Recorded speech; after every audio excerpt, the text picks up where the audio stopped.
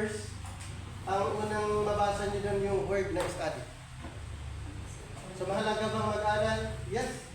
So dito po sa ating pag-aaral, inaaral natin yung Bible. Full Bible. Hindi natin inaaral na isang portion lang ng Bible at ito na yung tama. Paano yung ibang books na nasa Bible? Kasi mayroong iba na dinidevelop lang nila isang book at yun na yung Bible nila, isang book lang sa Bible. Pero sa atin, the whole Bible, mayroon po tayong 66 books. So ang Bible po natin ay mayroong 66 books. Ito pong 66 books na mayroon po tayo, enough na po na pag-aralan natin. Okay? Enough na po yung 66 books na nasa Bible natin from Genesis to Revelation. Nasaan yung iba? Kasi mayroong ibang Bible na 70 plus. Ito po yung tinanggal dahil hindi po inspired. Considered as uninspired books. Ito yung tinatawag na apocryphal books. Bakit kaya tinanggal? Dahil yung mga books na yun ay naisulat in between Malakay and Mateo. Sa between na yun, mayroong 400 years silent ang Panginoon. So, ibig sabihin, walang revelation na nangyayari during that period. Kaya inalis yung mga books na yun. At ito po yung naiwan. 66 books na inspired books. So, ano pa? Ang Bible, sa ibang term, tinatawag na scriptures. Scriptures. Yung iba naman ay word of truth. Ito po yung mga iba't ibang term or tawag ng Bible. Word of truth, Word of God. So yun po yung mga common na term. So, ang part po natin ay mag-aaral. Then after that, sa pag-aaral, doon pa rin sa verse, magiging workman, workers. Workman. Pag sinasabing workman, dito po papasok yung mga tinatawag ministers. Ministers, ano pa? Sige, yung iba pastors, ayaw nila magkatawag ministers, pastor, pero parehas lang naman yun eh. O preacher, yung iba ayaw magkatawag na pastor dahil preacher ka. O sige, ilagay na lang din natin, teachers. Yung iba pa nga, propeta, sige, ilagay na natin. Prophet, yung iba, bishop. Yung ibang tawag, reverend. Sige. Ano pa? Ang dami. Ambassadors. Pero yung mga ito ay workman or workers pa rin. Okay, kahit anong tawag, basta ang tawag pa rin is workers, ministers. Pero ano po yung ni-require? Mag-aral. Kasi mayroong nakakalungkot yung iba na apektado yung iba na may mga pastor na by appointment, in-appoint lang ng church na siya ang pastor without yung studying. So, ang apektado doon yung mga nag-aaral. Tama? Ang affected doon yung mga nag-aaral. Kasi ang tawag din sa kanila, pastor din eh. Kaya nga ayaw kong magpatawag ng pastor eh. Bakit? Nadadamay ka doon sa mga may mga pastor na kung ano-anong ginagawa. So pag sabihin ng pastor, sasabihin nila, kasama mo ba si ganito? Kilala mo ba si ganito? Parang stereotyping, no? Ngayon, after that, so nag-aaral siya, a workman approved. So a workman approved unto God. Dapat, ang isang workman approved unto God. And then, ano pa? Needless not to be ashamed. Ayan po. So, ang isolve natin na problem, paano kaya ang isang minister approve unto God at wala siyang dapat na ikahiya base sa kanyang natutunan. So, ito yung alamin natin is the how. Paano kaya? Kasi, during sa time natin ngayon, ang daming mga teachers. Hindi, yung iba nga nalilito na sa sino ba kaya ang tuturo ng tama. Nakuha yung point? Sino kaya ang nagtuturo ng approve unto God? Sino kaya ang ang motibo is to make money. Kasi maraming yumaman sa Bible. Kahit tatakutin mo lang yung tao, magbibigay na ng ano yun, ng pera. Kasi alam po natin na may mga ganong scenario. O pag gusto mo ng blessing, ito yung dapat mong gagawin. Pero kung gusto mo ng curse, at wala namang gusto ng curse, tama? So, approval to God needed not to be ashamed. Sa verse na binasa natin, rightly dividing the word of truth. So ito pong rightly dividing the word of truth ay sa original word, ito po ay orthotomeo. Orthotomeo, ito po ay Greek word. Mahaba kasi yung rightly dividing the word of truth, pero sa Greek word is orthotomeo. Orthotomeo. Hindi po ito literal na paghati-hatiin mo yung Bible, ha? Yung parang naghati ka ng mga ng cake na hinati-hati. Hindi po. Ang orthotomeo, ito po ay observing the differences. Or sa 1 Corinthians, pwede nyo basahin, chapter 2, verse 13, comparing spiritual things with spiritual. Pakibasa? Comparing spiritual things with spiritual. Pakibasa po, 1 Corinthians chapter 2, verse 13. Sige.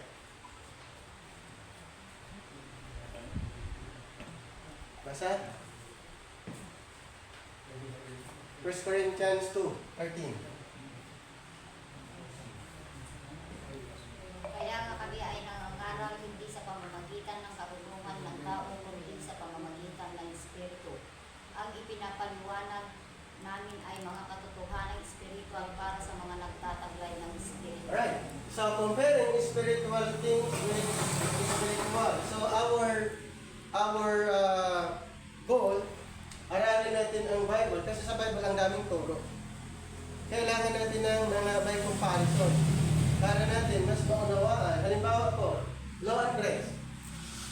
May comparison po yan, hindi pwedeng paghaluin. Kaya anong sabi doon sa Romans chapter 6:14? Anong sabi doon sa Romans chapter 6:14? Sige. Kung pwede pang maghalo, magsama ang law and grace. For sin shall not have dominion over you, for ye are not under the law, but under the grace. Alright? So, for you are not under the law, but under grace. So, hindi pwede kailangan ng comparison. Mayroon tinatawag na comparison. So, ang dami po, like for example, yung 12 apostles, ministry ng mga 12 apostles, compared doon sa ministry ni Apostle Paul. Mayroon pong mga distinction regarding the prophecy and the mystery. Magkaiba po yan. Kailangan natin malaman. Ano pa? Regarding the kingdom church, mayroon tinatawag na kingdom church, and then the body church. So, hindi po yan parehas. Kailangan po natin, ito po, rightly dividing the word of truth. Ngayon, bakit gumagamit si Apostle Paul ng ganitong term? Sa engineer po, ang rightly dividing the word of truth, ito po ay dinefine nila as cutting the straight line. Cutting the straight line. Ito po ay ayon sa term. Sa mga doktor naman, medical doctor, ito ay ginagamit nila is dissecting. Nagda-dissect. Sa mga carpenters, tinatawag na carpenter's line. Pero, bakit siya gumagamit ng ganitong term? Ibig sabihin, during that time, ito po yung accurate na illustration para maunawaan ng tao yung ipinapangaral ni Apostle Paul. Bakit? Before Apostle Paul, mayroon ng mga nagtuturo. So, paano ma-identify, ma-distinguish yung kanyang tinanggap na turo kumpara doon sa tinanggap ng mga 12 apostles. So, mamaya, elaborate natin. So, cutting the straight line according to the engineer. Then, isa pa, na sinabi ni Apostle Paul kung bakit siya gumagamit ng ganitong term, during his time, ay naibilang siya doon sa mga tent makers. Basahin niyo po, Acts 18:3. Acts chapter 18, verse 3.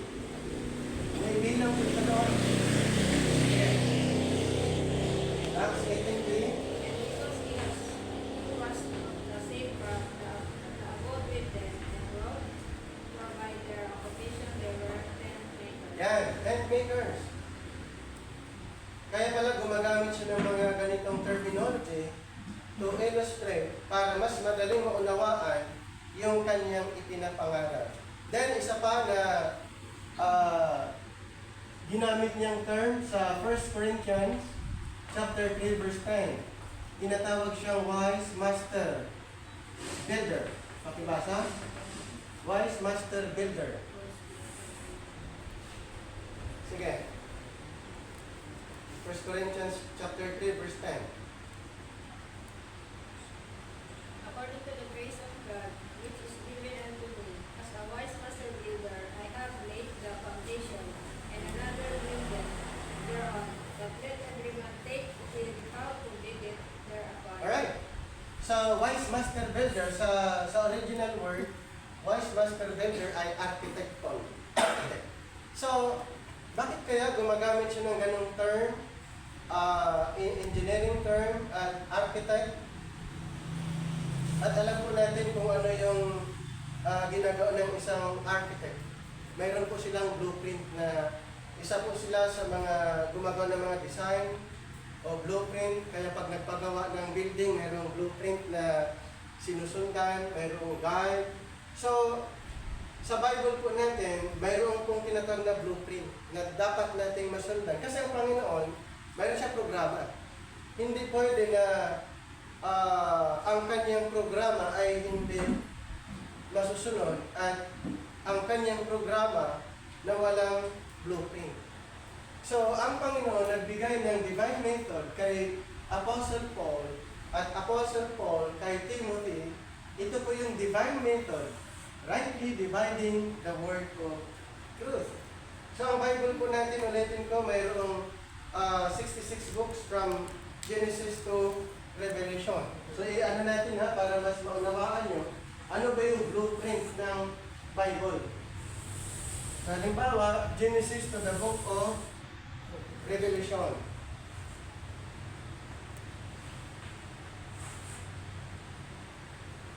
Genesis to the book of Revelation, so dapat nating maunawaan yung program ng ating Panginoon para hindi po natin basta-bastang angkinin kung ano yung nakasulat sa Bible. Mayroon pong tinatawag na rules when it comes to studying the scripture. Mayroon pong rules na pwedeng ma-violate kung anong mga scripture na mababasa natin sa Bible at angkinin natin na sa atin. Tandaan po natin, ang Bible ay isinulat na mayroong receiver. Hindi po direct na ito isinulat pag binasa mo, sa'yo na agad ang message. Yun yung isang goal na alamin natin para maunawaan natin na saang programa ba tayo sa part ng Biblia. So, Genesis to the book of Revelation, since na inireveal ng Panginoon kay Apostle Paul ang divine method, ano kaya ang mga nilalaman nito? Another term na ginagamit ni Apostle Paul from the word rightly dividing the word of truth, yung word na diario. Diario, ibig sabihin, ang diario divided into parts. So divided into parts. Genesis to the book of Revelation, ito po ay divided into parts. Mayroon pong mga parte. So, ayon sa Ephesians chapter 3, anong part dito? I mean chapter 2. Chapter 2, verse 11 and 12. Ano po ang part na, ano pong pangalan ng part na ito? Ayon sa Ephesians chapter 2, 11 and 12. Pakibasa? Wherefore, remember that ye being in time past Gentiles in the flesh, who are called uncircumcision by God, which is called the circumcision in the flesh, made by Alright. hands. So, ang tawag dito, ayan, hanggang third. Good. That at that time ye were without Christ, being aliens from the commonwealth of Israel, and strangers from the covenant of promise, having no hope and without God in the world. Alright. So, time pass, ang ginamit po sa part nito, time pass, yung Israel and Gentiles, hindi po sila isang grupo. Dalawang group. So, separate ang Israel at saka Gentile. Separate po ang Israel at saka Gentiles. Kumbaga, iba ang direksyon ng mga Gentiles kumpara sa mga Israel. Doon sa description na binasa natin, Gentiles without God. Without God, without Christ, without hope, no hope. Tinatawag din na aliens, tinatawag din na strangers. So, Israel and Gentiles under the time pass, hindi po isang grupo. Dalawang group. Ang Israel, ito po yung 12 tribes. Okay? Ang tinatawag ng Israel, ito po yung 12 tribes of Israel and 12 sons of Jacob, and then later on become tribes. So, outside the 12 tribes of Israel, ang tawag Gentiles. Ayon sa binasa natin, ang Israel, sila po yung covenant people. Covenant people, peculiar. Peculiar people, royal priesthood.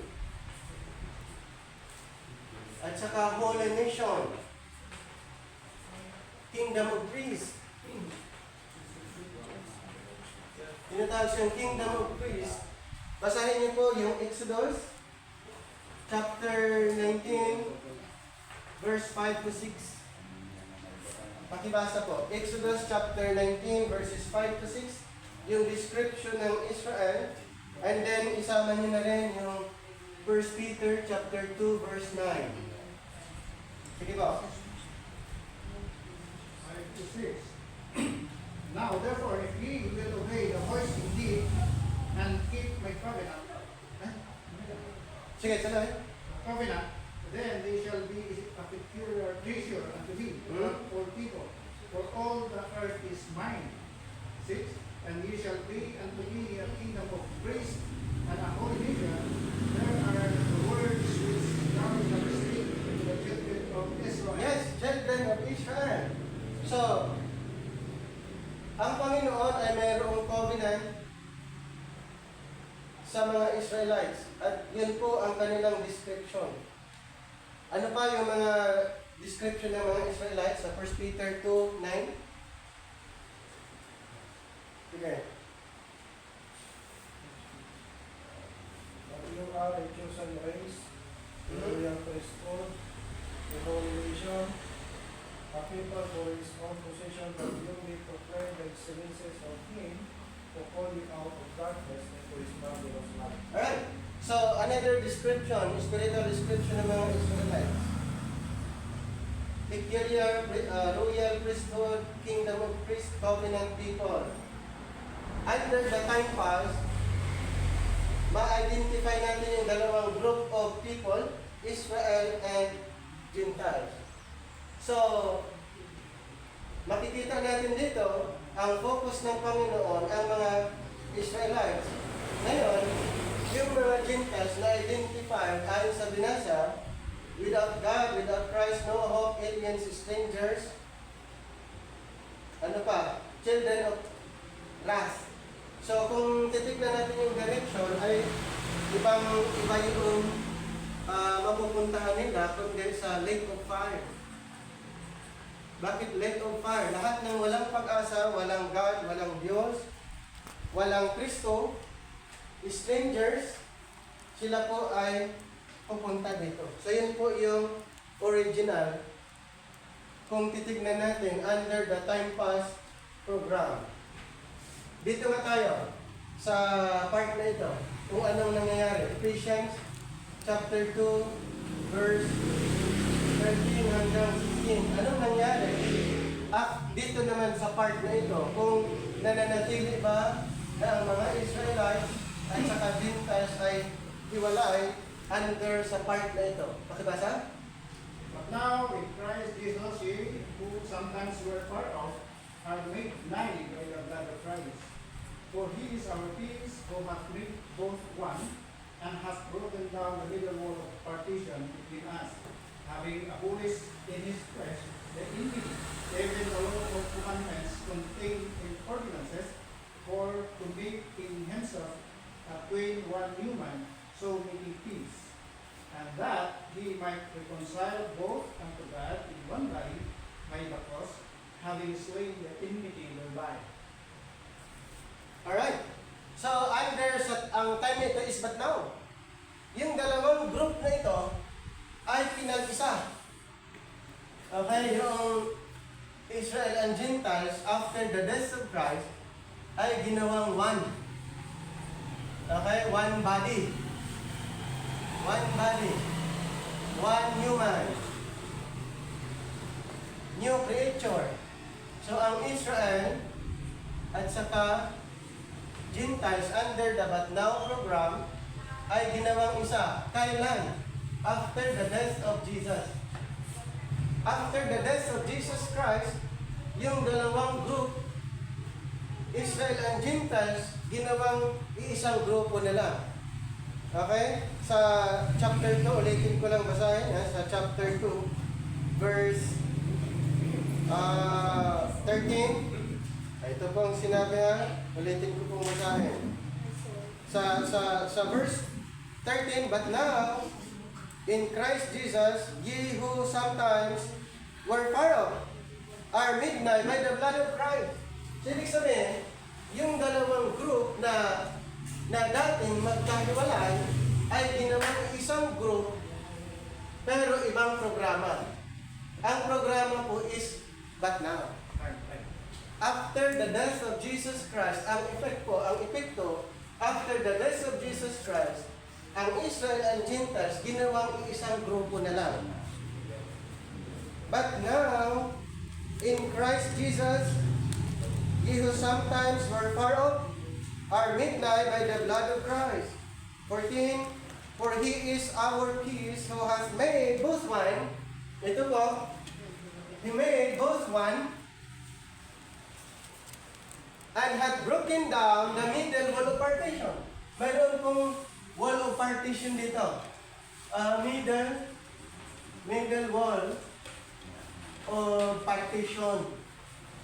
Na hindi po pwedeng magsama itong dalawang group. So ang ginawa ng Panginoon nung siya'y namatay, naipako, para pagsamahin ang dalawang group, inalis niya ito.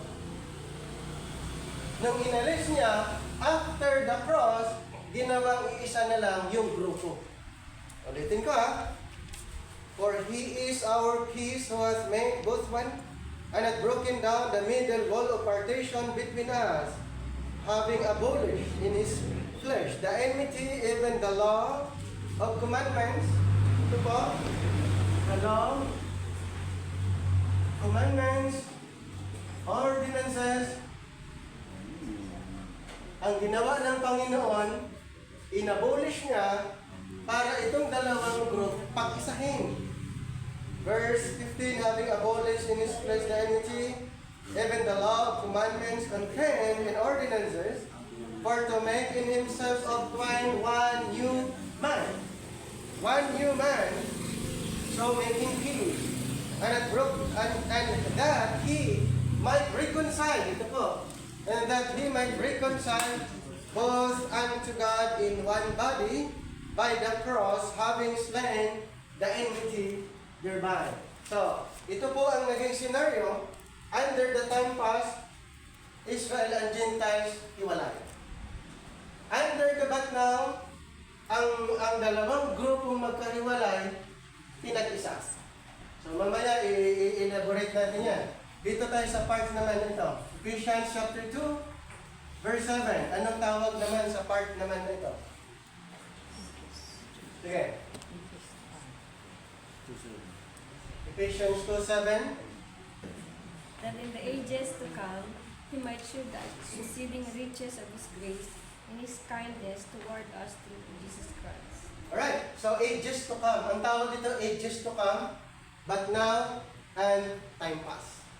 So, ang tanong, time pass but now ages to come, pari-parihas ba ang content ng message? Magkaiba po.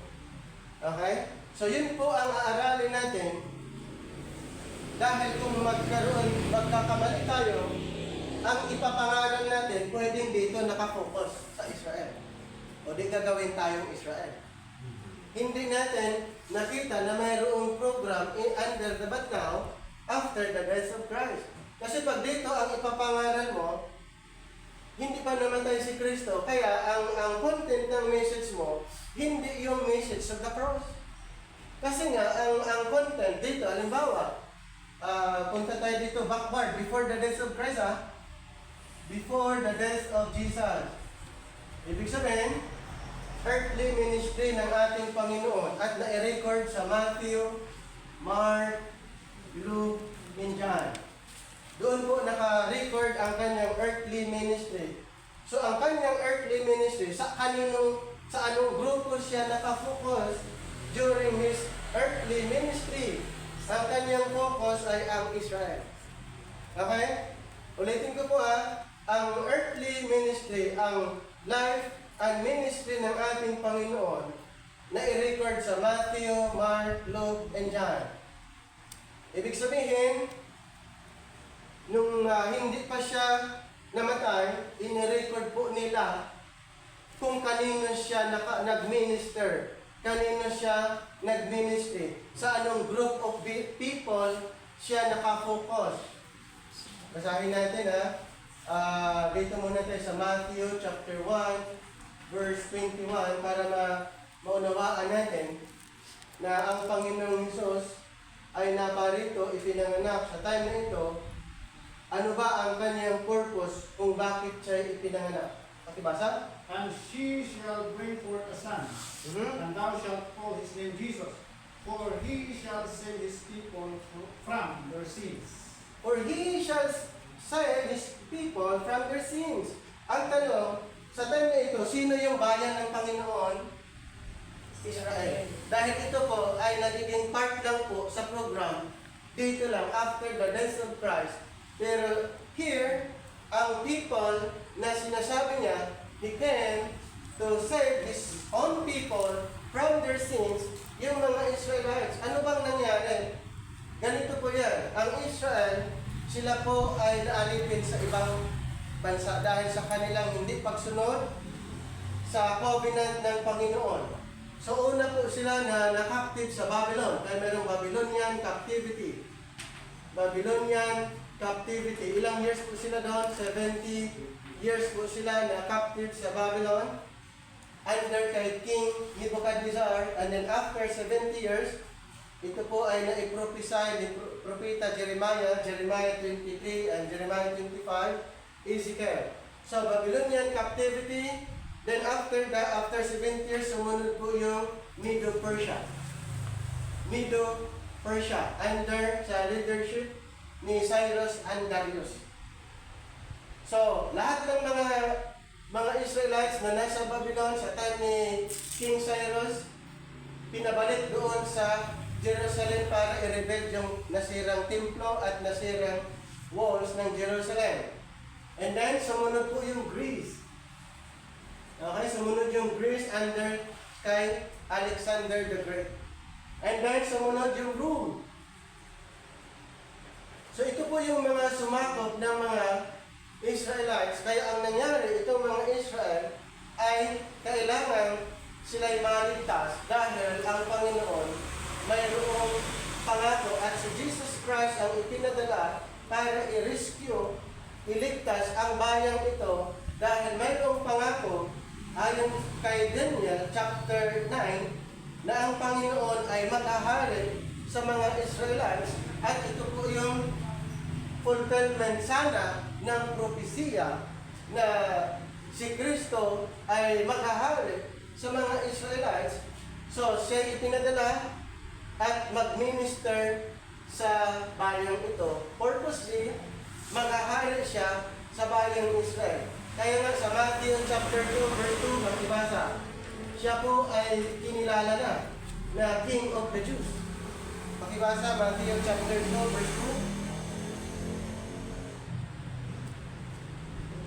2. Sige. Saying, where is he that is born King of the Jews? For we have seen his star, and the east end are coming to worship him. Alright, so hinahanap siya na saan yung King of the Jews, referring to Jesus. So, he was recognized as King of the Jews dahil yun po yung propesya. Ito po siya ipinanganak in fulfillment sa sinabi ni Propeta Isaias. Pakibasa, Isaiah 9. Isaiah 9, 6-7. Kasi yun po yung propesya patungkol sa kanya na siya maghahari sa bayang Israel. Basa po, Isaiah. Again. For unto us a child is born, unto us a son is given, and the government upon his shoulder, and his name shall be called Wonderful, Counselor, the Mighty God, the Everlasting Father, the Prince of Peace. Hanggang 7. Of the increase of his government and peace, there shall be no end upon the throne of David, and upon his kingdom to order it and to establish it with judgment and with justice from henceforth, even forever. The seal of Lord of hosts will perform this. Alright. So yan po yung propesya ha. It was prophesied at yun nga po ay natupad. Nung dumating si Jesus Christ, siya ipinanganak in fulfillment doon sa sinabi ni Propeta Isaiah. At yun nga, dumating, Galatians chapter 4 verse 4. Galatians 4:4. Sige. Referring to Christ, referring to His birth, His first coming. Sige. Natapwat nang dumating ang kapanahunan ay sinugo ng Diyos ang kanyang anak na ipinanganak ng isang babae na ipinanganak sa ilalim ng kautusan. Okay. So, ibig sabihin, sa time na ito, ang kautusan, ang law of Moses ay nag-operate. Si Jesus Christ ipinanganak under the law. Okay? Before the death of Jesus Christ, ang nag-operate po is the law of Moses. The law of Moses. Hindi po ito New Testament. Okay? Ang Testament na introduced after the death of Christ, kasi yung Testament is the blood. For this is the blood of the New Testament. Huwag niyong sundan yung arrangement ng Bible na ang Mateo New Testament. Magkakalituhan kayo doon. Bakit? Ang Bible, ang arrangement ng Bible, ang division ng Bible is man-made. Pag yun ang susundan mo na Mateo is New Testament, paano naging New Testament na siya ipinanganak under the law? Nakuha niyo? Ang Testament po is the blood of Christ. Ang New Testament is after the death of Christ, before the death of Christ. Ibig sabihin, Matthew, Mark, Luke, ay yan, under the old. Bakit? Hindi pa siya namatay. Nung namatay po siya, doon po matutupad yung propesya ni Propeta Jeremiah, chapter 31 to 34, na mag-take effect at yung sinabi sa Hebrews after his death. So before his death, hindi po New Testament. Huwag niyong sundan yung arrangement ng Bible natin na ang Mateo, New Testament. Pero pag-aralin mo mismo yung program ng Panginoon, hindi po sa Mateo nag-start ang New Testament. Pag susundan mo yung Bible, sino yung end ng Old Testament? Si Malakay. Pero pag basahin mo sa Bible, ang end ng Old Testament, si Jesus. So yun po, mayroon tayong mga separate na pag-aaral. So, before the death of Jesus Christ, ang kanyang focus sa Israel. Siya ipinanganak under the law, kaya siya na-circumcised ayon sa law of Moses, 8 days. Luke chapter 2. Lucas. Sige po, turn your Bible to Luke. Verse 22. Ayan, verse 22. Sige. Start sa 21 to 22, Lucas. And when 8 days were accomplished for the circumcision of the child, his name was called Jesus, which was no name of the Indian before he was conceived in the womb. And when the days of purification according to the law of Moses were accomplished, they brought him to Jerusalem to present him to Alright. God. So yung context po dito ha, under the law of Moses. Ang context po dito ay yung law of Moses. Before the death of Jesus Christ, ang sinusunod pa rin ay ang batas, kautusan ayon kay Moses.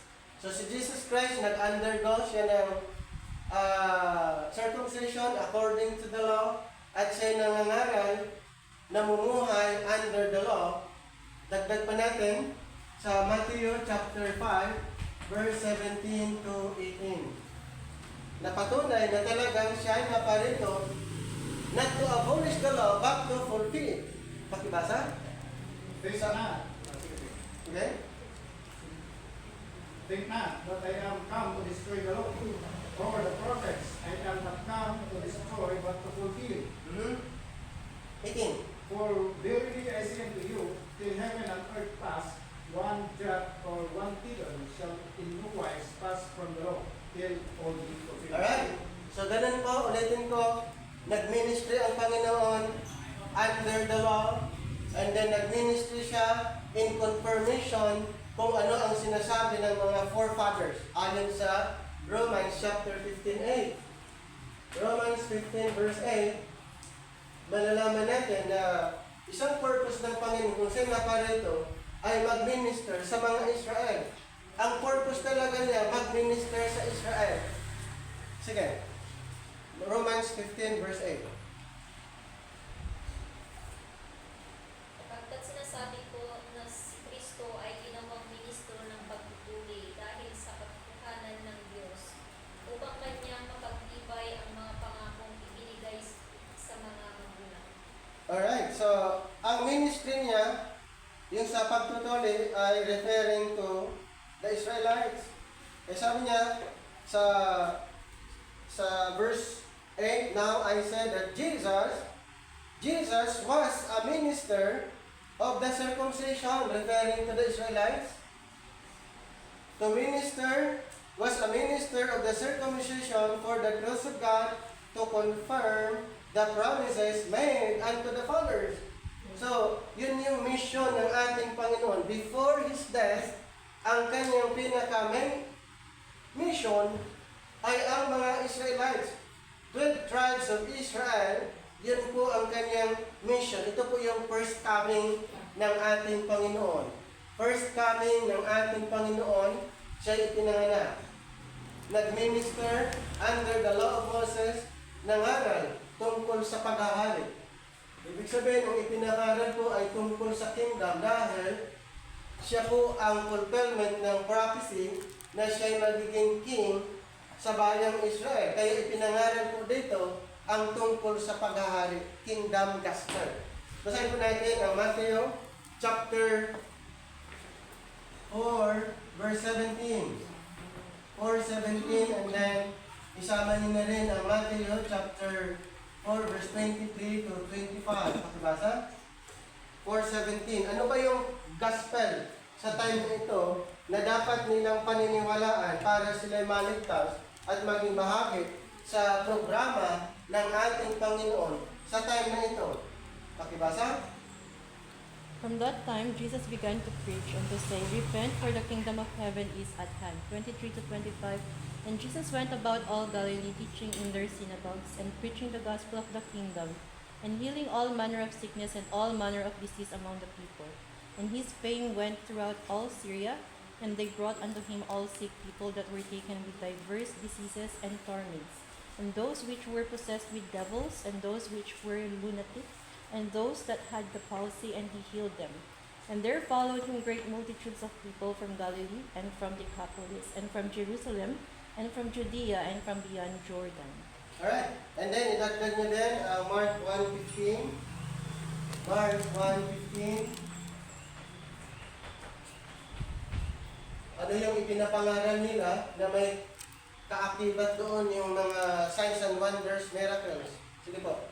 And seeing the time is fulfilled, and the kingdom of God is at hand. Repent ye and believe Right. the gospel. So, ang gospel po nila, ang gospel po na ipinapangaral is the kingdom gospel. Bakit?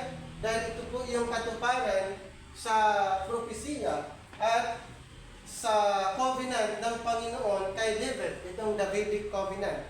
Kaya ipinapangaral po during the time of Jesus Christ in fulfillment sa Davidic covenant. Kaya nakapokus siya sa Israel dahil siya po ay naparito upang tuparin ang propesya patungkol sa paghahari niya sa bayang Israel. Kaya more on Israel ang focus niya para matupad yung Davidic covenant. Ano ba yung Davidic covenant? Na si Kristo ay maghahari doon sa trono kapalit kay David na maghahari magpakailanman. At yun po ang fulfillment sana. Kaso lang, hindi siya ina-acknowledge ng mga Israelites. At isa pa, sa kanyang ministry, pumili siya ng mga 12 apostol. Bakit 12? Kasi mayroong 12 tribo ang Israel. The 12 tribes were representative doon sa the 12 apostles were representative sa 12 tribes of Israel. Kaya ang Panginoon pumili ng 12 for the 12 tribes of Israel. Pakibasa po ang Mateo chapter 10, verse 5 hanggang 7.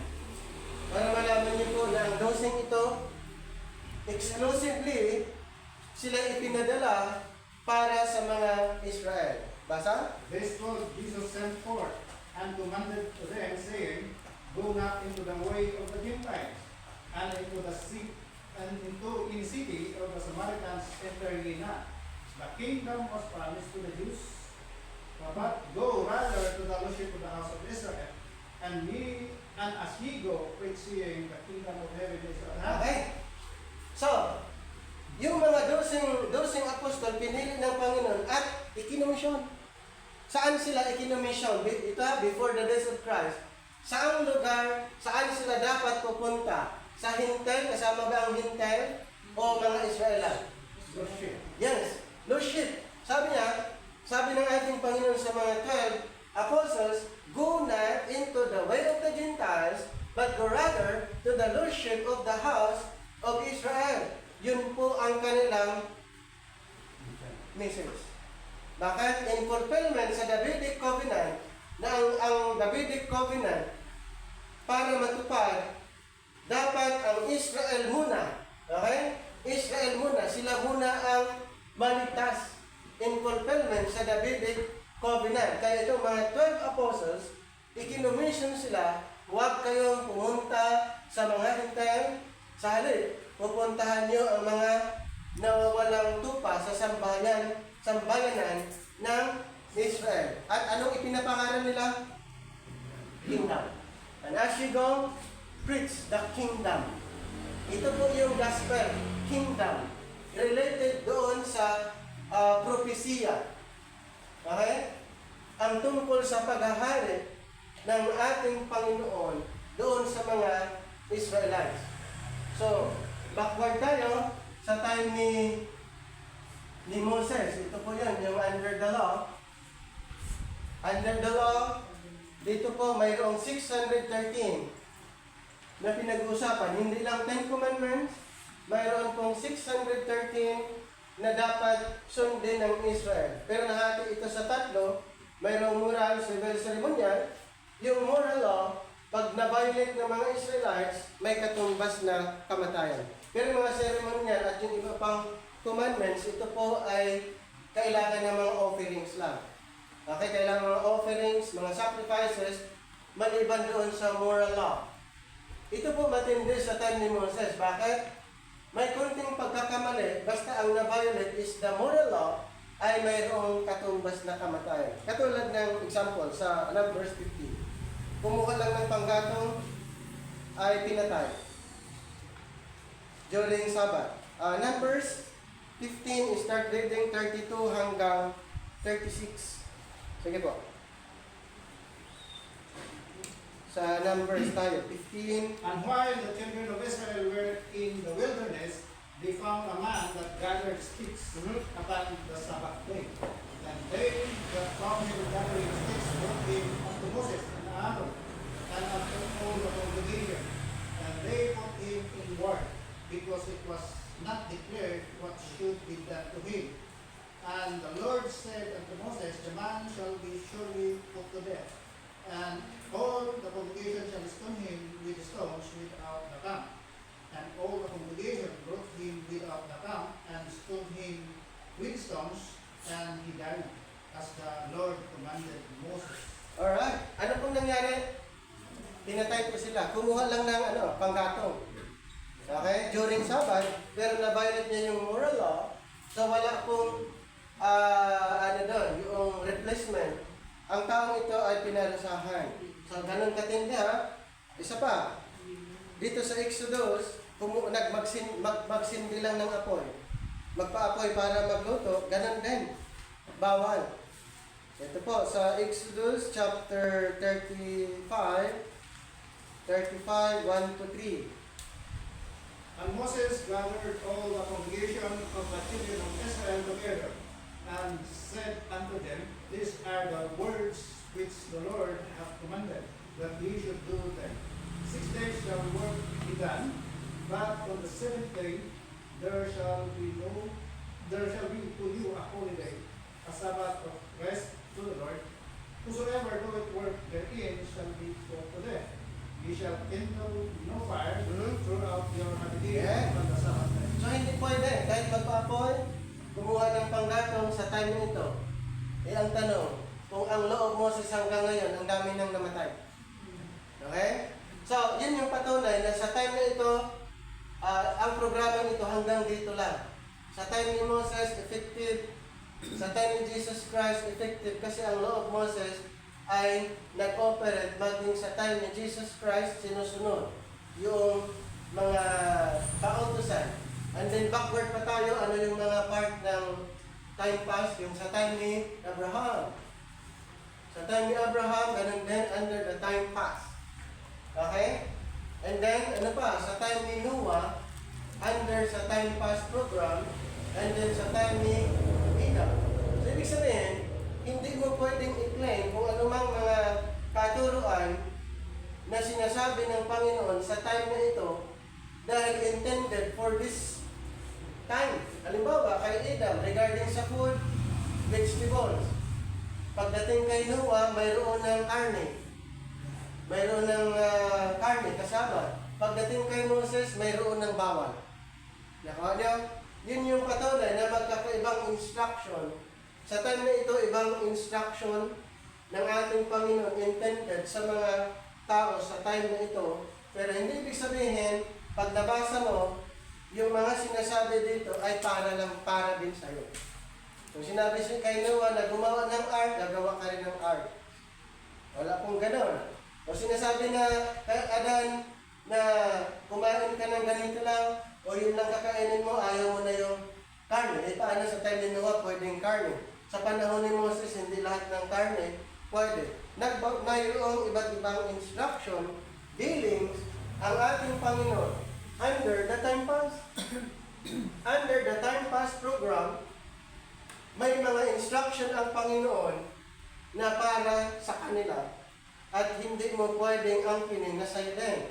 During the earthly ministry of Jesus, may mga instruction na sinasabi niya ay intended lang sa kanila. Ang mga apostles pinili. Nagbigay ang Panginoon instruction, huwag kayong pumunta sa mga hintay. Sa halip, ang pupuntahan niyo ang bayang Israel in fulfillment sa Davidic Covenant. Ngayon, tinanggap ba ang Panginoon sa bayang Israel yung kanyang ipinapangalan? Hindi po siya tinanggap. Okay? Hindi siya tinanggap, tinanggihan po siya. Mayroong ilan na naniniwala, ang tawag po little flock. Ang tawag po little flock, yung mga naniniwalang Israel, ang tawag po sa kanila, little flock. So, ibig sabihin, ang Panginoon ay maghahari doon sa mga believing Israel, hindi na as a whole. Kasi, mostly sa Israel ay unbelievers. So, yung mga naniniwala sa Kanya, during his time, nabuo po itong little flock at sa kanya ipinangako yung kaharian.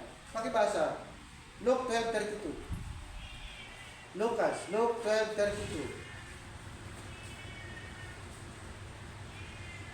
Fear not, little flock, for it is your Father's good pleasure to give you the kingdom.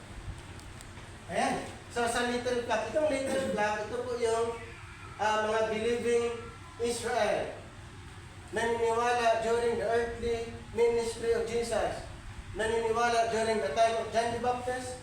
Naniniwala during the time of Christ. Naniniwala during the time of apostles. Sila po ay mga believing Israel. Ibig sabihin, itong Israel ay na-divide into two. May believing Israel, mayroong unbelievers. May mga believing Israel, mayroong mga unbelievers. So ito po yung mission nila. Ito po yung mission ng ating Panginoon mailigtas ang Israel para maidagdag po dito sa flock na mga naniniwala. Hindi pa po tayo, Okay. Hindi pa po ito na-mention sa programa ng Panginoon. Dito, nakapokus ang Panginoon sa time na ito before His death. So yung mga naniniwala ay pinangakuhan niya na hindi na sila kailanman aagawin pa ni Numan. Pakibasa yung John. John chapter 10, 27 hanggang 29. 27 to 29, pinangakuhan niya itong flock na ito, mga believing Israel during his time, na hindi na sila kailanman aagawin pa. My sheep hear my voice, and I know them, and they follow me. And I gave unto them eternal life, and they shall never perish, neither shall any man pluck them out of my hand. The Father which gave them me is greater than all, and no man is able to pluck them out of my Alright? hand. So yun po, ang itong little flock, mga believing Israel during his earthly ministry before his death, pinangakuhan niya na hindi na sila kailanman aagawin pa ng kalaban. Kaya sabi niya, my sheep, hear my voice. Pag sinabing sheep sa Bible, referring to the Israelites. Ang Gentiles po hindi na i-describe as sheep. Yan po yung tandaan natin. Maraming mga nag-claim na sila din daw ay tupa. Paano nagiging tupa na hindi kasama sa 12 tribo ng Israel? Pag may makita kayong sheep, loose sheep, tupa sa Bible, alam niyo agad yung context kung sino ang tinatawag na tupa. Ang tinatawag na tupa ay ang mga Israelites. Okay? Ang mga Israelites. Kung babalik kayo sa Old Testament, ang mga Israel ay dinescribe as tupa. At saka mayroong shepherd. Kaya nung dumating si Jesus Christ, sinabi, I am the good shepherd. Sinong sinabihan? Sinong audience niya? Hindi po yung time. Ang audience niya mga Israel. Believing Israel. Sabi niya, I am the good shepherd. So, pinangakuhan niya ang little flock ng kingdom at pinangakuhan din niya ng eternal life at security ang mga believing Israel. Ito po yung mission nila. Kaya sinabi niya sa 10:16 sa John, sabi niya, mayroon pa akong tupa na wala dito sa sheepfold. Ang tinutukoy niya ay ang mga loose sheep of Israel kasi ito yung mission nila at lahat ng maniniwala dito po maidagdag dito sa little flock. Pakibasa ang 10:16 ng John. And other sheep I have, which are not of his fold, Okay. Then also I must bring, and they shall hear my voice, and there shall be one fold. Shall be one fold. Okay, and one shepherd. Hindi po yung Gentiles na-misinterpret po yan. Nagiginawang Gentiles na sa context na ito, hindi Gentiles ang issue. Huwag ilagay sa context yung hindi kasama sa context. Ang tawag doon ay out of the context. So, during the time of Jesus, ang concern niya Israel. Na-divide ang Israel dahil may naniniwala. Little flock, believing Israel. Ang mission nila, ito. Yung loose sheep of the house of Israel, even the Lord Jesus, idagdag natin yung Mateo 15:24. Mateo 15:24. Okay. But he answered and said, I am not sent but unto the lost sheep of the Yan. house of Israel. I am not sent but unto the lordship of the house of Israel. Yan yung sinabi ng ating Panginoon na siya nilapitan. Ang very clear na sabi niya, I am not sent but unto the lordship of the house of Israel. Ngayon, tinanggap ba ng Israel? Hindi po.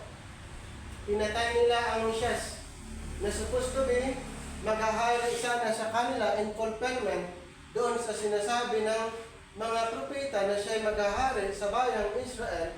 Kaya ang Panginoon, sinabi na niya sa mga apostles, sa mga 12 apostles, na siya'y mamamatay. Sinabi niya sa mga 12 apostles na siya ay mamamatay, pero sabi niya, siya ay mabubuhay din sa ikatlong araw. Pakibasa yung Lucas 18, Luke 18:31 hanggang 34, para makita niyo po. At naunabaan ba ng mga 12 apostles yung kanyang sinasabi na siya ay mamamatay? Sige. Lucas 18. Then they took unto him the 12 and said unto them, Behold, we go up to Jerusalem, and all things that are written by the prophets concerning the Son of Man shall be accomplished. For he shall be delivered unto the Gentiles, and shall be mocked, and spitefully entreated, and spitted on. And they shall curse him, and put him to death, and the third day he shall rise again. 34, naunawaan ba nila? Sige. And they understood none of these things. And this saying was hid from them. Neither knew they the things which were spoken. Ayan. So, hindi naunawaan ng mga apostles yung sinasabi ng ating Panginoon na siya ay mamamatay, pero sa ikatlong araw ay mabubuhay o mabubuhay siya. Yun yung sinabi na hindi naunawaan. Kaya, ang nangyari, itinago na lang sa kanila. Antayin yung panahon na ito'y ipaunawa sa kanila. So, sa puntong ito, hindi naunawaan ng mga apostles yung death ng ating Panginoon. Hindi nila alam yung propesiya, yung sinabi ng mga propeta na si Kristo ay mamatay and then siya mag-resurrect. No idea ang mga apostles. Pero later on, naunawaan nila yon yung nangyari dito. Okay? Later on, naunawaan nila yung nangyari sa cross. Ngayon, totoo ba na ang Panginoon ay nag-resurrect? Yes! Sa ikatlong araw, siya ay nag-resurrect ayon sa kanyang sinabi at nagpakita siya sa mga apostles at nagpakita sa maraming tao. More than 500. Basahin natin yung 1 Corinthians 15:5. 1 Corinthians 15 verse 5 na hindi lang isa, dalawa, tatlo ang nakakakita sa kanya na siya nag-resurrect, marami po. Verse 5 to 6. At siya ay nagpakita kay Pedro sa kasalabing dalawa. Ano ba ba yun? Sige, hanggang Hanggang 6. 64. Pagkatapos, nagpakita siya sa mahigit na 500 kapatid na nagkakatipon. Marami sa kanilang buhay pa hanggang ngayon, subalit patay ng ulan. So, siya ay nag-resurrect, nakita lahat. Ng 500 o more than 500, patunay na siya ay buhay. Totoo yung kanyang sinabi. Ngayon, bago siya umakyat ang Panginoon, ikinumission niya yung mga apostol sa Matthew 28:19. Ikinumission yung mga apostles kasi umakyat na siya. At yung maiwan yung mga apostles, ibig sabihin sila yung magtutuloy sa naumpisahan niyang ministry. Pakibasa, Mateo 28:19. Sige. Kaya't habang kayo'y humahayo, gawin ninyong alagad ko ang mga tao sa lahat ng bansa. Bautismuhan ninyo sila sa pangalan ng Ama at ng Anak at ng Espiritu Santo. So, missions, plural. Dito, mission, referring to Israel. Pagdating dito, nations.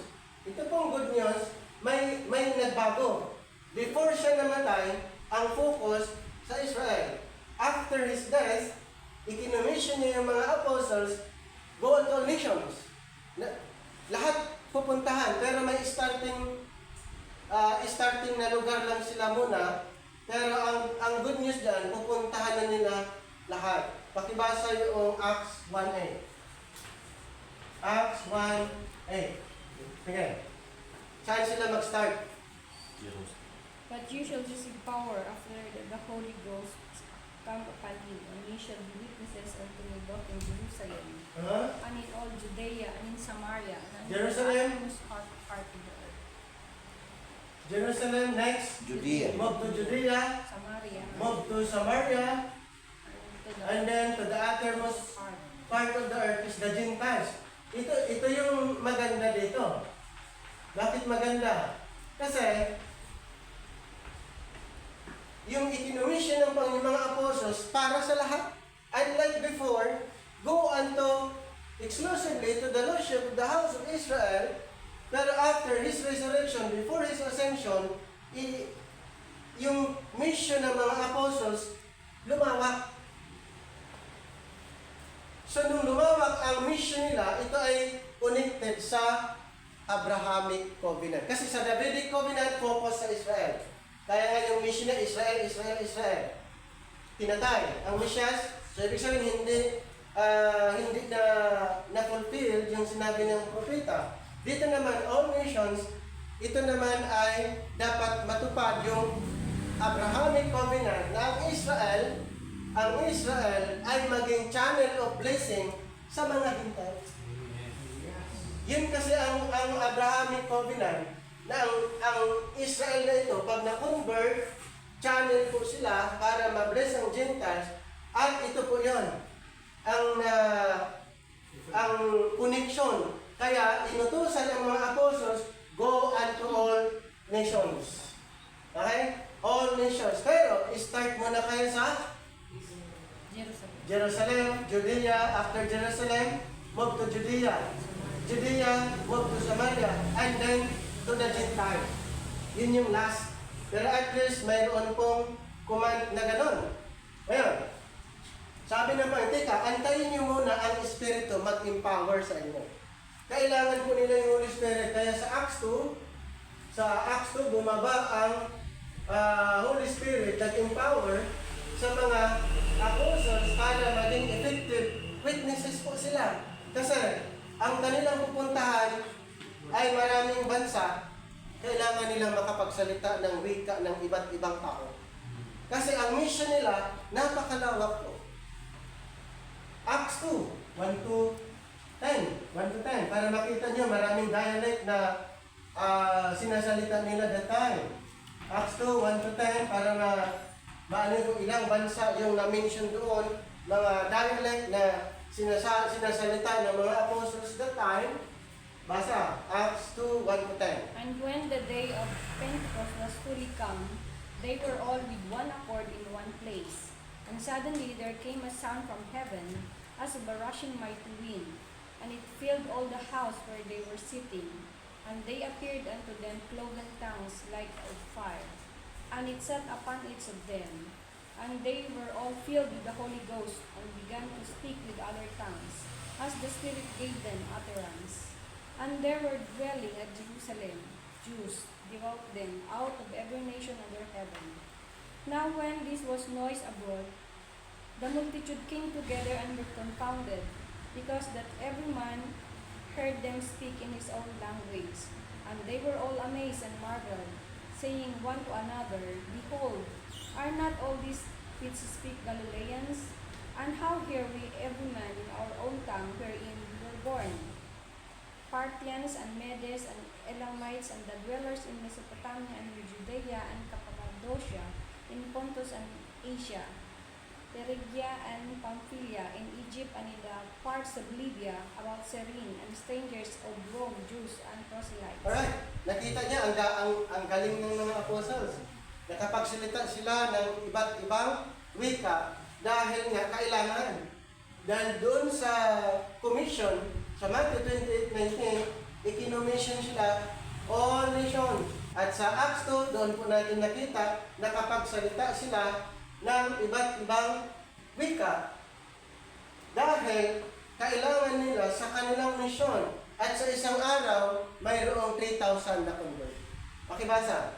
Acts 2:41. Acts chapter 2.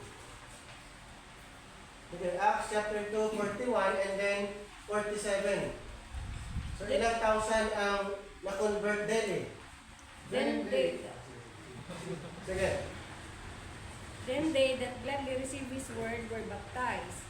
On the same day there were added unto them about 3,000 souls, Wow! 47? praising God and having favor with all the people. And the Lord added to the church daily such as Added to should the be church saved. dahil 3,000? Ang ganda pag yun ay nangyayari sa ngayon. Baka hindi lang ito ganito kalaki ang church.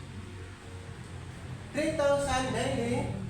Doon pa nga sa Acts 5, 5,000. So plus na naman dito. Acts chapter 6, maraming convert. Sa time na ito, yun yung work ng Espiritu. Kaya, nung bumaba ang Espiritu, doon po sila na nakaunawa kung ano yung sinasabi ng Panginoon during his time, before his death, kung ano yung mga sinasabi niya ay naunawaan ng mga apostles dahil ipinaintindi ng Espiritu sa kanila ayon sa kanyang pinangalan. Pakibasa John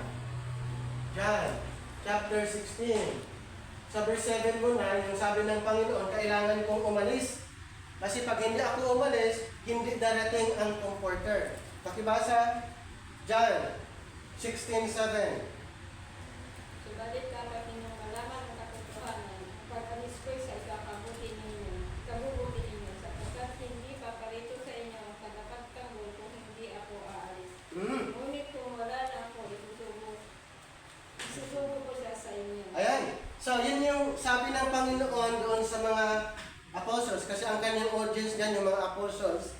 Sabi niya, ako'y alis. Dahil kung hindi ako alis, yung comforter hindi darating. At kung aalis ako, darating ang comforter. Ito nga, nung siya'y umakyat, after 10 days, nung siya'y nag-ascend, bumaba yung Espiritu. At yung Espiritu ang nagbigay sa kanila ng understanding ano ba yung nangyari. Ano yung sinasabi ng Panginoong Hesus. Idagdag niyo yung 13:14.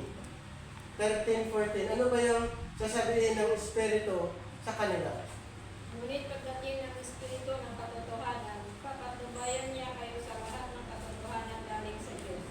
Sapagkat ang sasabihin niya ay hindi mula sa kanyang sarili, kundi sa kanyang narinig. At ipapahayag niya sa inyo ang mga mangyayari kasama namin ng Espiritu mula sa amin at ipapahayag niya sa inyo. Ayan. So ang role ng Espiritu, lahat ng sinasabi ni Kristo na hindi nila naunawaan, ipapaintindi na. Kaya naunawaan ng mga apostles, ano ba yung nangyari? Ano yung ginawa ni Kristo?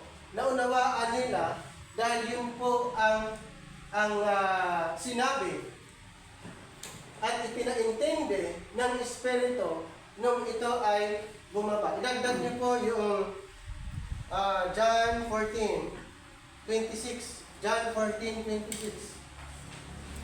Sige. John 14:26.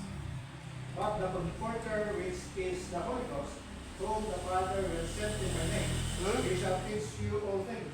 Teach And you all bring things. all things to your remembrance whatsoever I Ayan. have said to you. Sino yung you?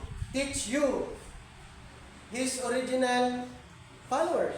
Yung mga apostles. He shall teach you all things.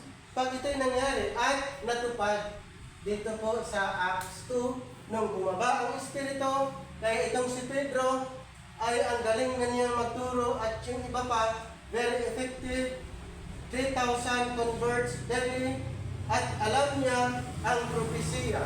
Yung nangyari sa Acts 2, ito po yung propesiya ni Propeta Joel.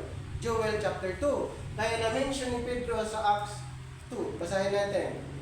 Na-mention ni Pedro na ito ang sinasabi ni Propeta Joel. Basahin yung verse 15.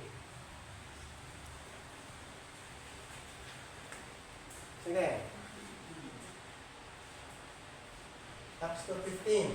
For these are not drunken, as we suppose, seeing it is not the third hour of the day. Dito po sa 16, tuloy na lang sa 16. 16. Yan. This is what which was spoken by the prophet Joel. Ayan. So, yun yung sinabi ni Propeta John. Hindi yan sasabihin ni Pedro kung hindi siya empowered. Hindi ipinaunawa sa kanya ng Espiritu sa time na ito dahil yun yung purpose. Ayon sa sinabi ng Panginoon na darating ang Comforter, ang Espiritu, at ipapaunawa niya lahat ang mga sinasabi ko. So, ang purpose ng Espiritu kung bakit nandito para mag-empower sa mga apostles at maging effective ministers at ipapaunawa, ipapaintindi ng mga apostles.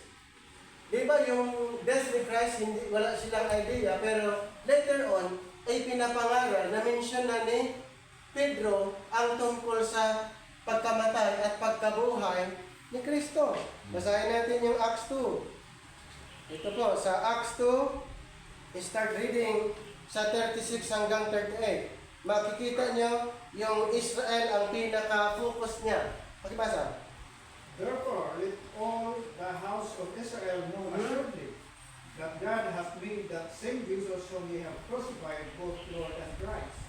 Now, when they heard this, they were pricked in their heart, and said unto Peter and to the rest of the apostles, Men and brethren, what shall we do? Oh. And Peter said unto them, Repent and be baptized, every one of you, in the name of Jesus Christ, for the remission of sins, and ye shall receive the gift of the Holy Alright. Spirit. Napansin nyo? Napansin nyo sa Acts 36-38, Israel po yung audience ha. To the house of Israel. Sabi niya, therefore let all the house of Israel know assuredly that God hath made same Jesus whom ye have crucified. Ipinapangalan niya yung pagkamatay ni Kristo, pero mayroong tinatawag na blaming. Pinatay niyo. Kumbaga, then na-convict sila sa verse 37. Now, when they heard this, they were pricked in their heart and said unto Peter and to the rest of the apostles, Men and brethren, what shall we do? Ang sagot ni Pedro sa verse 38, repent and be baptized, every one of you, in the name of Jesus Christ for the remission of sins. So, nabanggit na ni Pedro yung tungkol dito sa pagkamatay, pero noon, nung sinabi ng Panginoon na siya'y mamamatay at sa ikatlong araw siya'y mabubuhay, wala silang idea. Kaya yung mga bagay yung itinago at ipinaintindi sa kanila dito na po sa Acts 2, nung bumaba ang Espiritu, nag-empower sa kanila. So, naintindihan na ni Pedro and the rest of the apostles yung sinabi ng Panginoon na we go out to Jerusalem. And then sa Jerusalem siya'y papatayin. And then sa ikatlong araw, mabubuhay. Pero hindi nila naunawaan doon sa verse 34 ng Luke 18, hindi nila naunawaan, itinago nila. Pero nung bumaba ang Espiritu, ipinaintindi ng mga apostles at sila'y nangangaral. At ilan ang na-converts ayon sa na-mention sa Acts 2:41, 47, mayroon pong 3,000 souls added to the church. Alright, so, during the Pentecost, yung Pentecost po ito'y fiesta, ito po yung fiesta, Pentecost, fiesta ng Israel. Okay, na kung saan ito'y niregistered ng ibang organization, kinuha nila yung word na Pentecost. Pentecost ay fiesta ng Israel. Meron kasing fiesta ng Israel yearly, mayroong tatlo. Merong Feast of the Passover feast, kaya before the Pentecost fiesta, Passover. And then after the Passover, the Pentecost fiesta. Then Feast of the Tabernacle. So, ito po ay fiesta, hindi ito organization ha, na pagtatanungin ka, ikaw ba'y Pentecostal, ginawang denomination sa ngayon. Pero actually, ito po ay fiesta, at nangyari, the word 50 is 50 days. Okay? 50 days after the resurrection ni Christ, mayroong 50 days, bumaba ang Espiritu in fulfillment doon sa kay Propeta Joel at ipinaintindi ng mga apostles ang mga propesiya sa pamagitan ng Espiritu. So, sa Pentecost na ito, maraming mga devout men, mga Hudyo galing sa iba't ibang lugar ay nagpa-participate dito po sa Pentecost. Basahin niyo. Balik tayo sa Acts chapter 2, verse 5. Mayroon pong mga Jews na nag-participate during fiesta ng Pentecost. Basa? Acts 2 verse 5.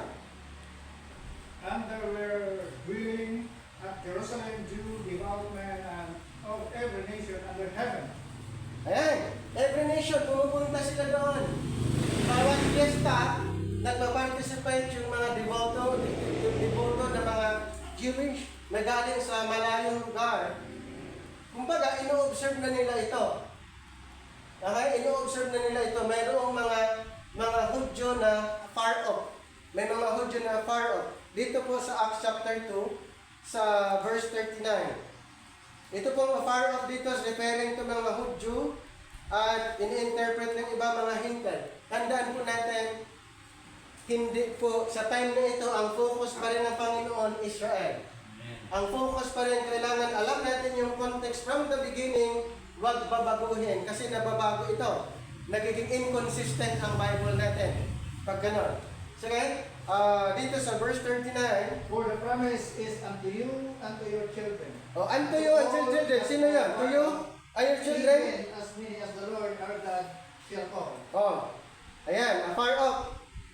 And all that are far off. Itong afar off, hindi po ito mga hintel.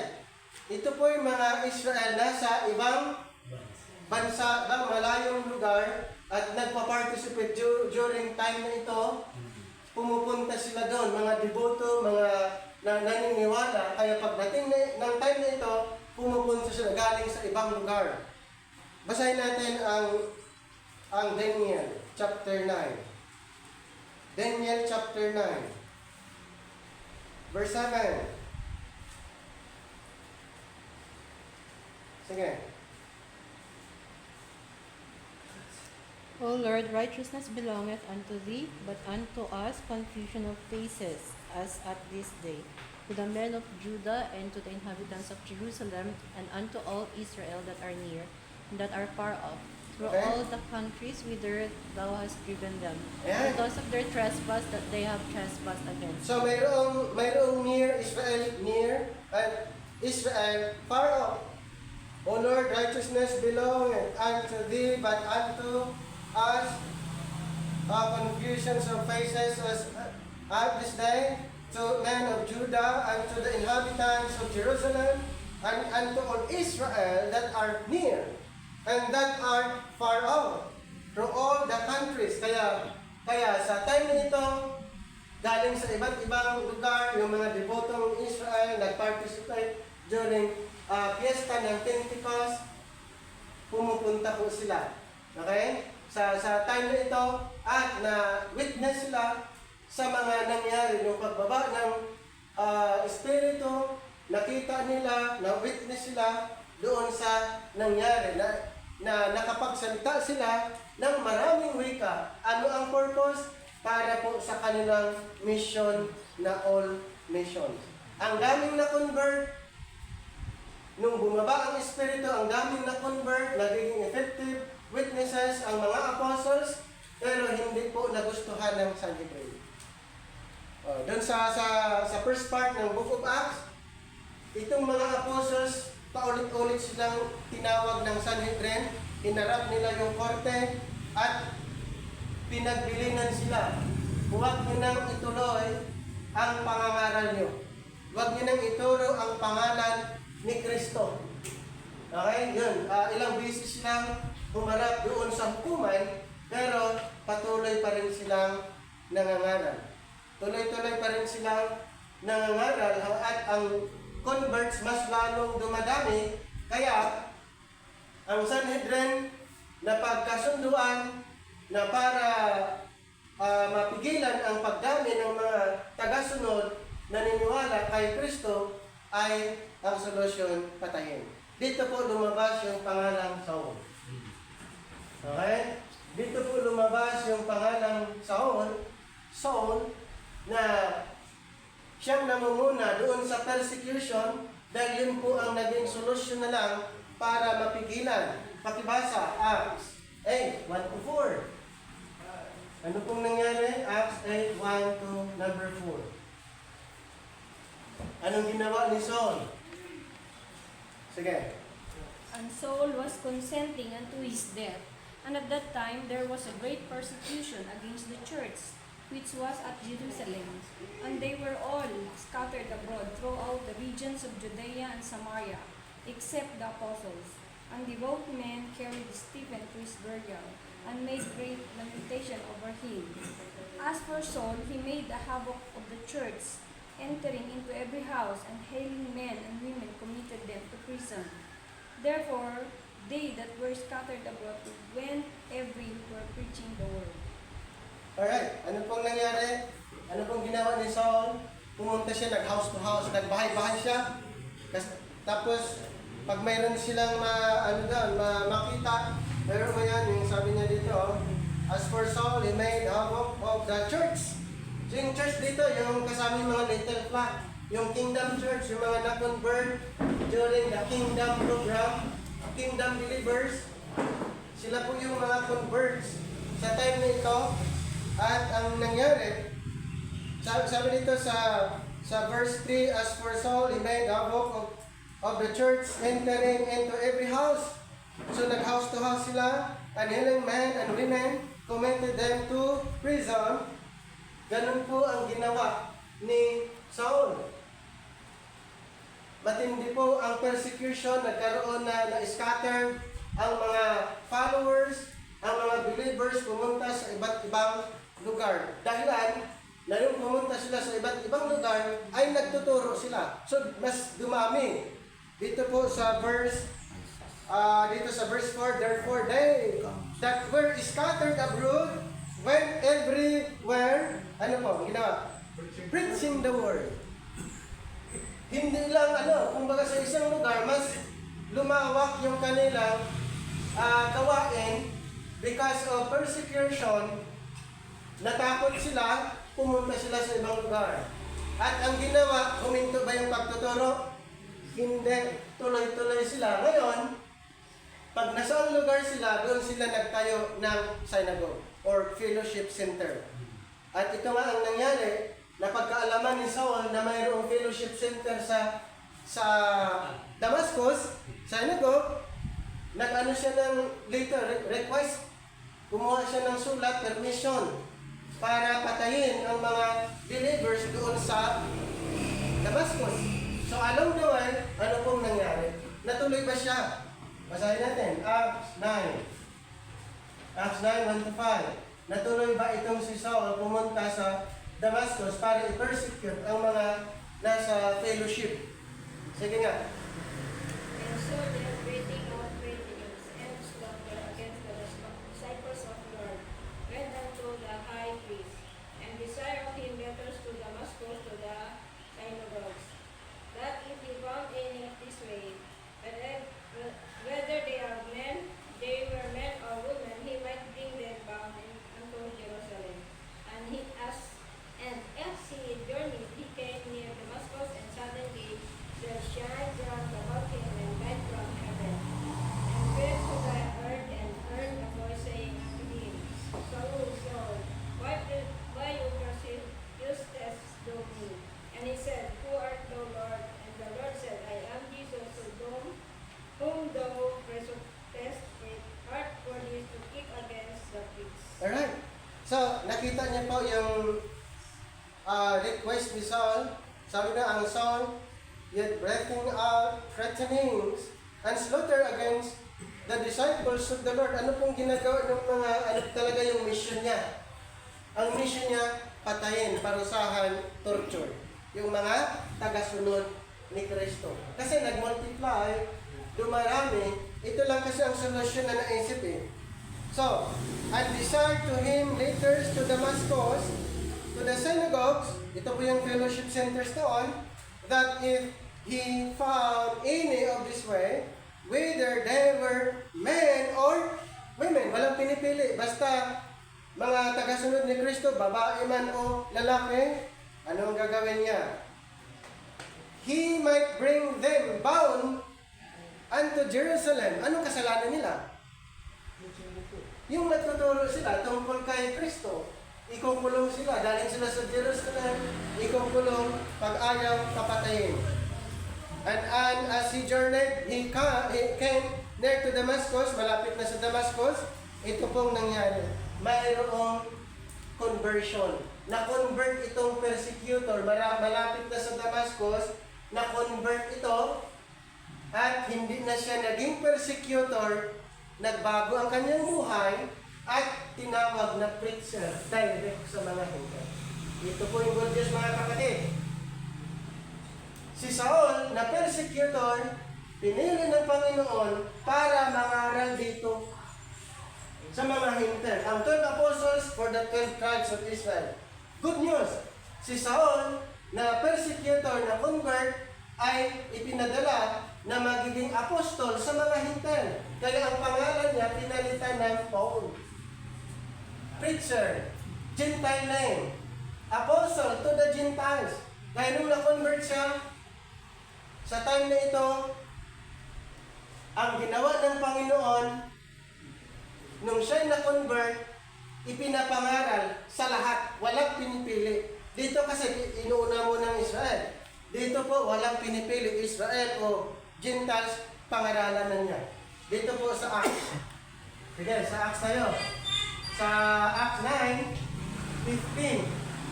Pati mga Israel, Gentiles, papangaralan na niya. Sige, hindi na siya persecutor ha, na-convert siya. Ang purpose, para siya maging ministro, apostol ng mga hinter. Sige. But the Lord said unto him, Go thy way, for he is a chosen vessel unto me. Oh, chosen na siya. To bear my name before the Gentiles, Oh. and kings, and the children of Israel. Nakita niyo po ng changes? Nakita niyo yung changes? Dati, ganun yung estado ng mga hinter. Dito, mayroong chance ng hinter, pero sa last part. Kasi Israel first. Dahil ang Israel, pag na-convert, magiging channel of blessing sila according to Abrahamic covenant. Pero sa time na ito, hindi na pinag-uusapan ito. Ang Panginoon nagbukas ng panibagong programa dahil sa kanilang pag-reject ng Israelites, ni-reject ang Panginoon, ni-reject ang mga mensahe, dahilan ang Panginoon pumili ng isang apostol na para sa grupo na ito, Israel and Gentiles, ginawang isang group na lang sa pamagitan ni Apostol Pablo ay ipapangaral niya kung ano ang kanyang tinanggap na mensahe. Ang tinanggap niya na mensahe, iba dito. Ang tinanggap nila dito, ipapangaral ang tungkol sa kaharian. Dito po, ang kanyang ipapangaral ay ang tungkol sa grace ng Panginoon para sa lahat. Basahin natin Acts 20:24. Acts 20:24. Sige, ano yung gospel na tinanggap niya? Sige.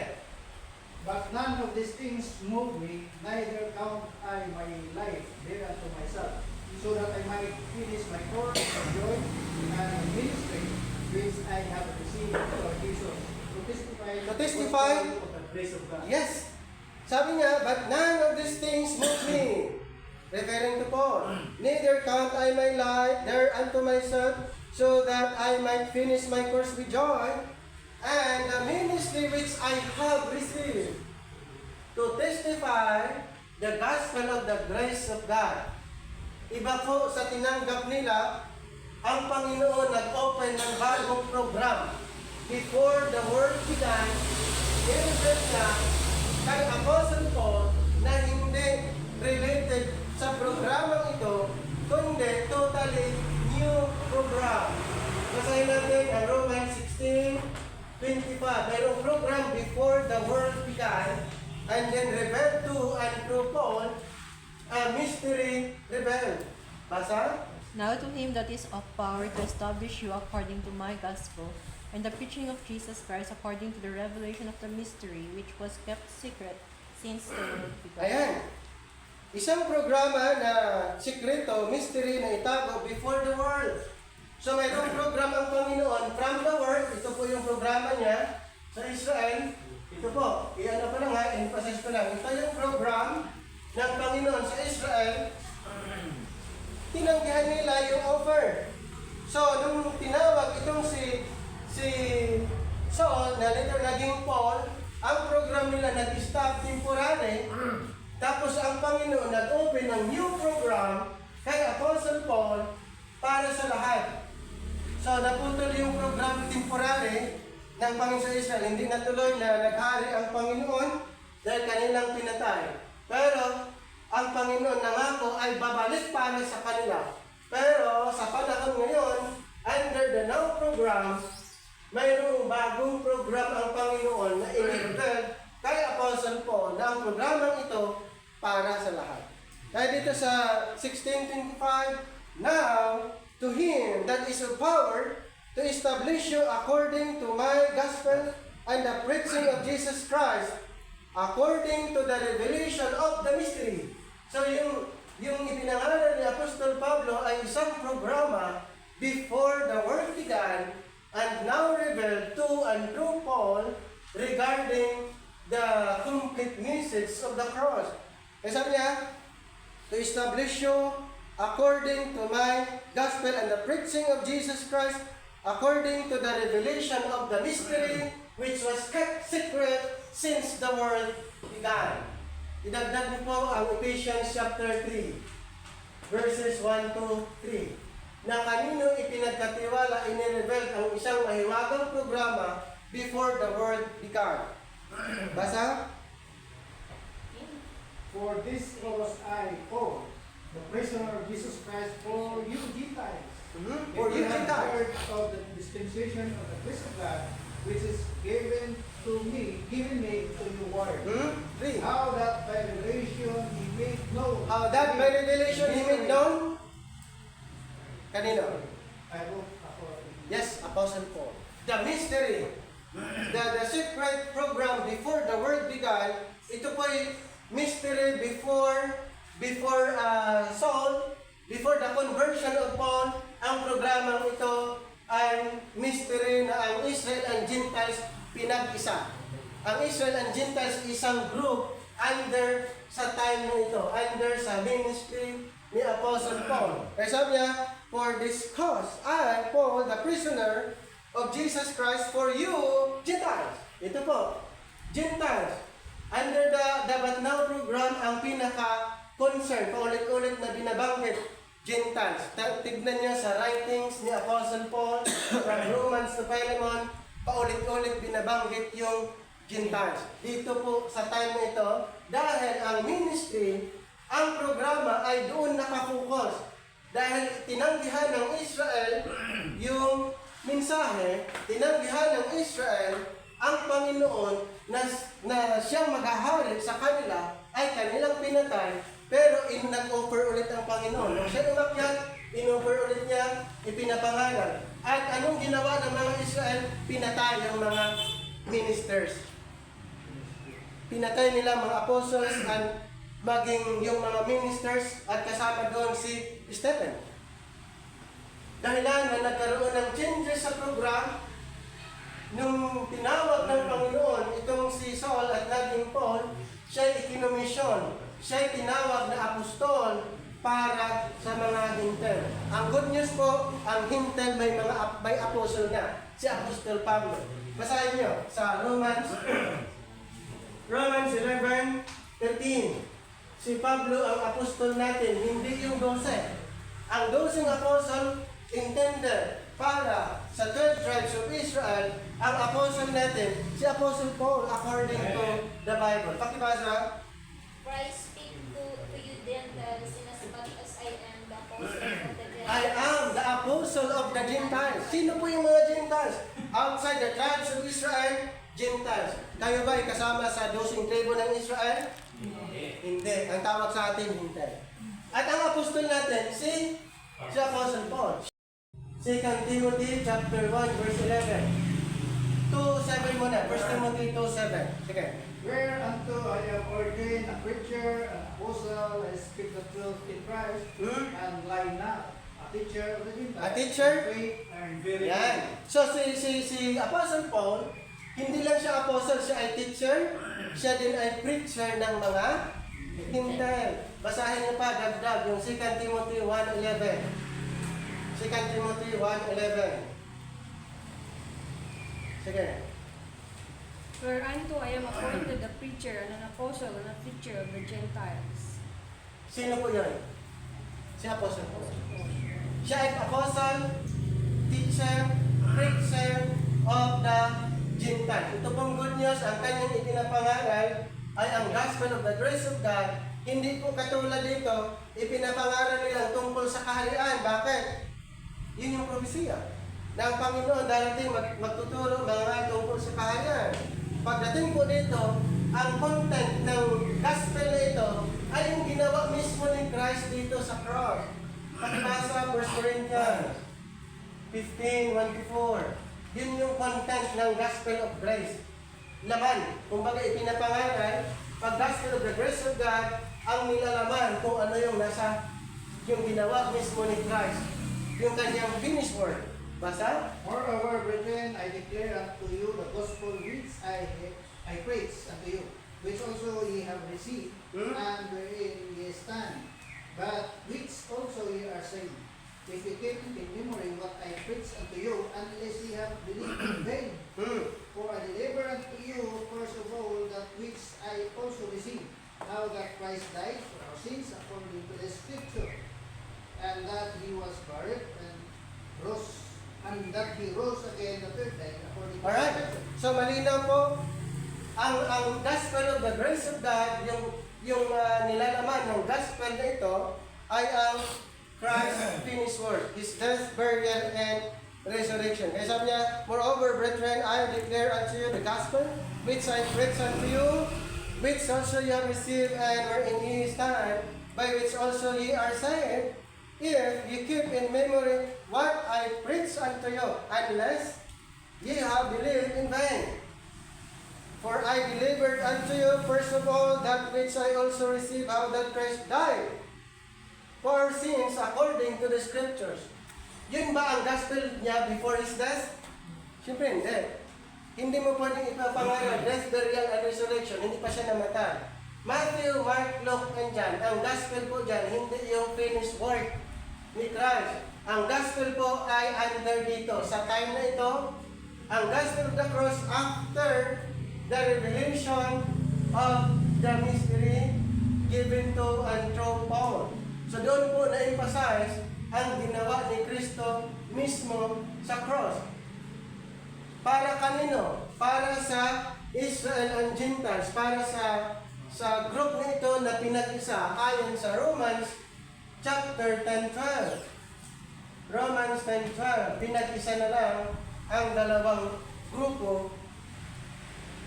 Pakibasa, Romans 10:12. For there is no difference between the Jew and the Greek, for the same Lord over all is rich. Yes, on all wala na pong all pagkakaiba. Jews and Gentiles. Wala nang pagkakaiba. At ang gospel sa time na ito lang. Wala nang ibang gospel na dapat ipapangaral ngayon para ang tao ay maligtas. Dapat ang gospel of the grace of God. Ang content ng gospel na ito para maligtas ang tao ay yung cross. Okay? The gospel of the grace of God. Kaya ang sabi sa Ephesians chapter 2 verse 8 and 9, paano maligtas? Basa. Ephesians 2, 8 and 9. For by grace are ye saved through faith, and that not of yourself. It is the gift of God, not of works, lest any man should boast. Yes. Eh sabi niya, for by grace are ye saved through faith. Through faith in Christ's finished work, not of your works. Hindi doon sa works natin, hindi sa gawa natin, dahil mayroon nang nag-work para ang tao ay maligtas.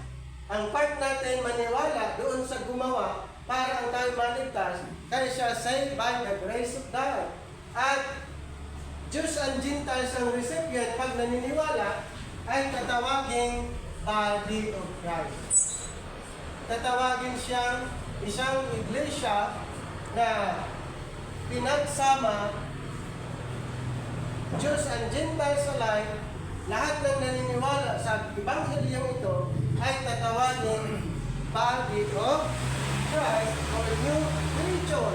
Basahin niyo yung 2 Corinthians chapter 5:17. Sige po, 2 Corinthians 5:17. Therefore, if any man be in Christ, he is a new creature. All things are passed away. Behold, all things Alright, so therefore, if any man be in Christ, pag na kay Kristo na, sa time na ito, siya ay new creature. Siya ay bagong nilalang part sa body of Christ. So, Gentiles pa ba ang tawag sa kanya? Hindi na po kung siya ay believer. Ang tawag po sa mga believers ay body of Christ. Okay, body of Christ. Itong tinatawag na body of Christ ay diniklara na righteous. Pakibasa yung 2 Corinthians 5, verse 21. For Ang he mga believers ay tinatawag na righteous. For he hath made him to be sin for us, who knew no sin, that we might be made the righteousness. Be made the righteousness of God. Yung mga believers po, that's grace. Ang mga believers diniklarang righteous in the sight of God sa kanyang sa pamagitan ng kanyang paniniwala. At hindi lang yun. Tayo ay na-justified. Ayon sa Romans, basa? Romans chapter 5, verses 1 and 2. And then pwede nyo basahin din. I-read nyo yung Romans chapter 3, verse 25, 24 to 25. Pakibasa mo na yung Romans Therefore, 5. being justified by faith, Hmm? we have peace with God through our Lord Jesus Christ, by whom also we have access by faith into this grace wherein we stand, and rejoice in hope of the glory of God. Alright. So therefore, being justified by faith, we have peace with God. So justification in this present time, in the but now program ay work ng Panginoon. Pero dito, sa time na ito, ang justification ay kailangan nilang pagtrabahuan. Ano pong sabi niya? Pwede bang mahaluan? Galatians 1:8 to 9. Pwede bang ihalo yung gospel na nandito? Sige. But though we or an angel from heaven preach any other gospel unto you